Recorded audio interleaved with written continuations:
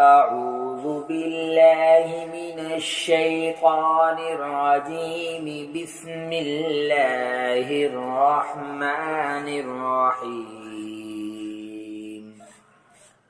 يا بني إسرائيل اذكروا نعمتي التي أنعمت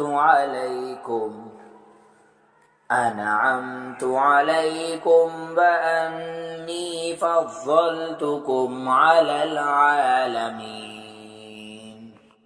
واتقوا يوما لا تجزي نفس عن نفس شيئا ولا يقبل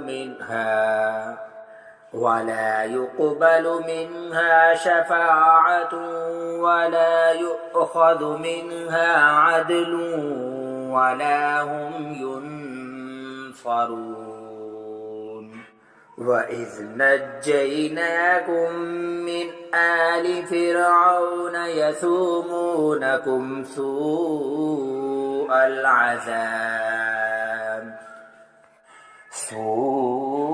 العذاب يذبحون أبناءكم ويستحيون نساءكم